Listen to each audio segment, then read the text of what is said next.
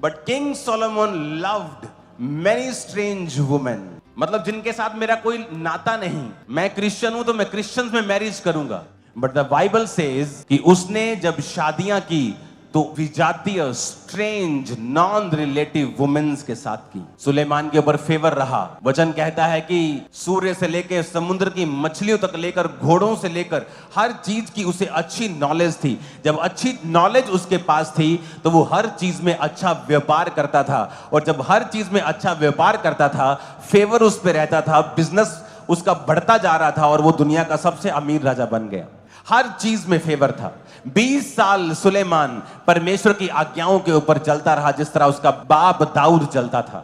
लेकिन जब 20 साल फेवर उस पे रहा और उसके बाद सुलेमान परमेश्वर की ओर से मुड़ गया, स्त्रियों के प्रेम में पड़ गया, व्यभिचार में पड़ गया। 4 आयत में लिखा, जब सुलेमान बूढ़ा हुआ उसकी स्त्रियों ने उसका मन पराये देवताओं की ओर बहका दिया। 6 आयत में लिखा, इस प्रकार सुलेमान ने वो किया जो यहोवा की दृष्टि में बुरा है, और यहोवा के पीछे अपने पिता दाऊद के समान पूरी रीति से वो ना चला। 9 आयत में लिखा, फिर यहोवा ने सुलेमान के ऊपर क्रोध किया, क्योंकि उसका मन इजराइल के परमेश्वर यहोवा से फिर गया था, जिसने 2 बार उसको दर्शन दिया था। 11 आयत में लिखा, इसलिए यहोवा ने सुलेमान से कहा, तुझसे जो ऐसा काम हुआ है, तू मेरी बंधाई हुई वाचा और दी हुई विधि को पूरा नहीं कर पाया, इस कारण मैं तेरे राज्य को तुमसे छीन कर तुम्हारे ही एक कर्मचारी को दे दूंगा। परमेश्वर कहता, मेरा फेवर तेरे ऊपर था तो तू बढ़ता रहा था, लेकिन तू विजातीय स्त्रियों के प्रेम में पड़ गया।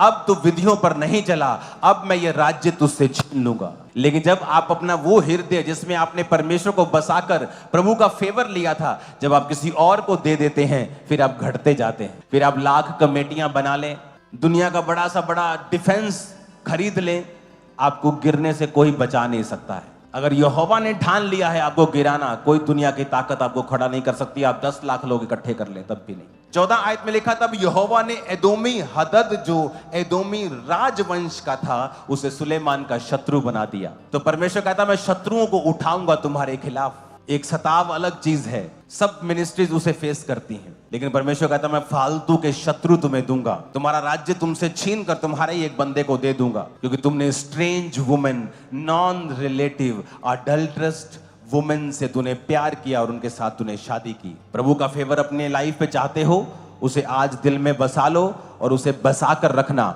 क्योंकि आपकी लाइफ की स्टोरी पूरी तरह से बदलने वाली है। आप अपने परिवार का मूसा और एलिया और उसकी अगुवाई करने वाला बनने वाले, और आप अपने परिवार का यूसुफ बनने वाले, जिन्होंने उसको अन्न दिया था और परिवार का पालन पोषण किया था। आप में से लाखों यूसुफ है जो आज मुझे सुन रहे हैं। खुदाबंद के नाम में आप अपने परिवार के यूसुफ बनने वाले हैं। आप तैयार हैं परमेश्वर के साथ अपना नाता अपनाने के लिए, उसके साथ चलने के लिए? आप सोच रहे हैं कि आप परफेक्ट नहीं हैं। परमेश्वर आपको फाइनेंशियली ब्लेस करने की सोच चुका और ठान चुका है, और वो आपको आगे लेके जाएगा और परफेक्ट करेगा। वो आपका हाथ पकड़ेगा और आपकी हेल्प करेगा। और अभी हम यिर्मयाह के लिए प्रार्थना करेंगे, उसका बर्थडे है आज। परमेश्वर ने इसको भेजने का दिन बड़ा अच्छा चुना है। हालेलुया। सब लोग यिर्मयाह के लिए प्रार्थना करेंगे, अपने हाथों को उठाओ। खुदावन, ये तेरा बेटा है, मुझसे पहले भी ये तेरा बेटा है। खुदावन, शायद आप लोगों को ये मालूम ना हो कि यिर्मयाह जो नाम था, परमेश्वर ने इसको कहा था कि मैं तुझे यिर्मयाह नाम का एक बेटा दूंगा।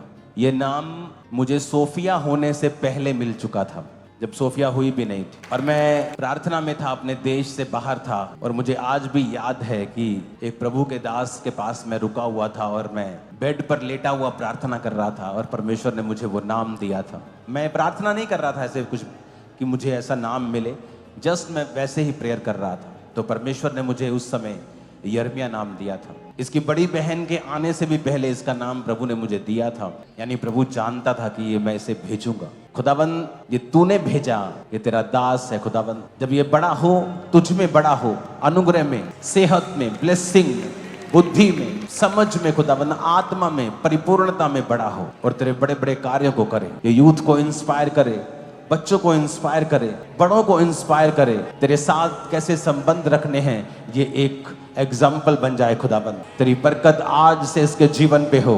हम पूरी चर्च इसको मिलकर आशीषित करते हैं। प्रभु यीशु मसीह के सामर्थी नाम में हम मांगते हैं।